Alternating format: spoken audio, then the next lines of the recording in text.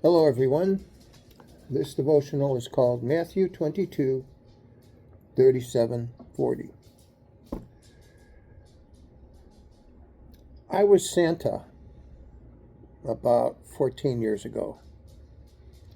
I had come to Christ. I was at my new church a couple of years, and I was asked to be Santa at a Boy Scout and Girl Scout convention Christmas party there. Santa got sick with whatever this thing we have going around is, the church crud. And they desperately needed a Santa like the next day. So I reluctantly agreed. I'd never done this before. And so I want to tell you about that experience.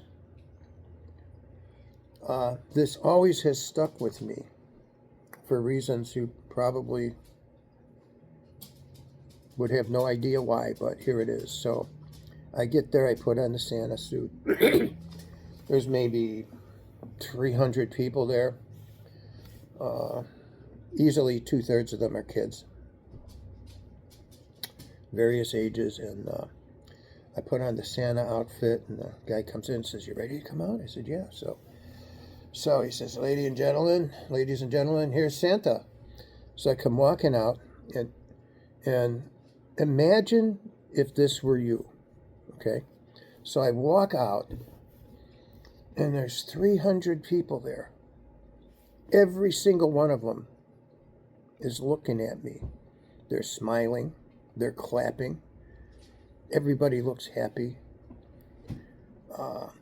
People are coming up to me, hugging me, shaking my hand as I make my way to the area I was going to be, and they're slapping me on the back and wishing me well.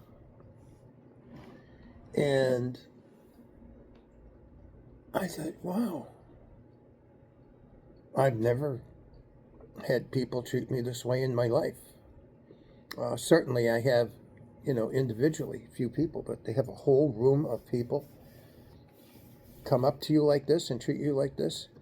It was euphoric, and it really put me in the mood instantly to be Santa. Any trepidations I had about it were completely washed away by how everybody was behaving. And of course, the thought crossed my mind, wouldn't it be amazing if people were like this all the time?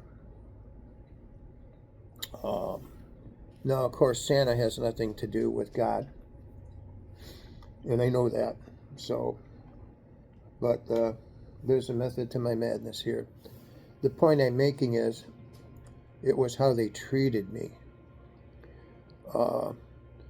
And unfortunately, this wasn't happening, of course, because God asked us to treat each other this way. This was happening because this was all about the kids, and the kids were really, really happy to see me, and the parents were really, really happy to see that their kids were really, really happy to see me, and nobody wants to disappoint the kids. So the parents were in a good mood and put on their best faces.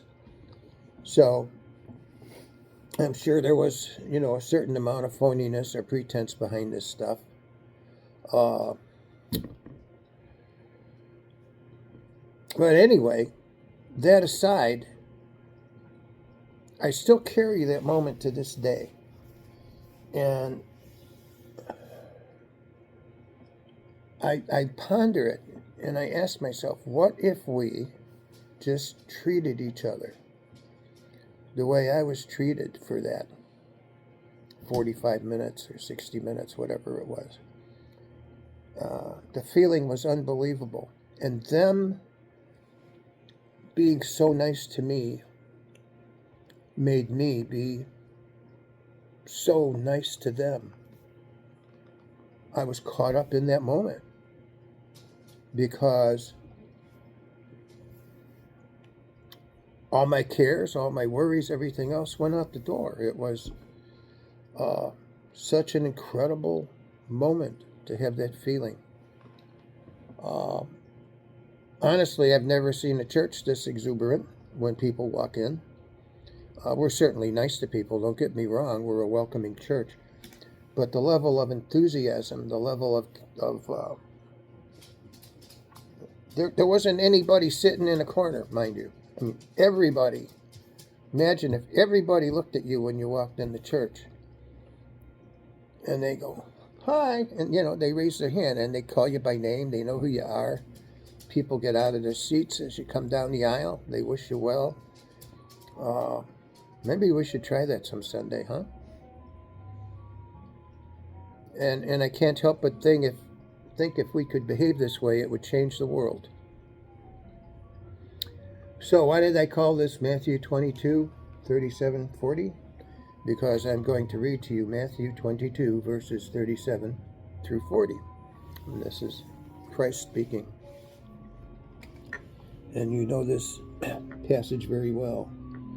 Jesus said unto them, Thou shalt love the Lord thy God with all thy heart, and with all thy soul, and with all thy mind. This is the first and greatest commandment. And the second is like unto it, Thou shalt love thy neighbor as thyself. On these two commandments hang all the law and the prophets. And, quite a while ago I heard this expression, if you really, really, really love Jesus, absolutely adore Jesus, you are totally free. So you can love Jesus and do what you want. Because your respect for him, your love for him, your enthusiasm for him is so strong, it wouldn't occur to you to sin. So, just some thoughts for the Christmas season. I love you all. Have a blessed Christmas.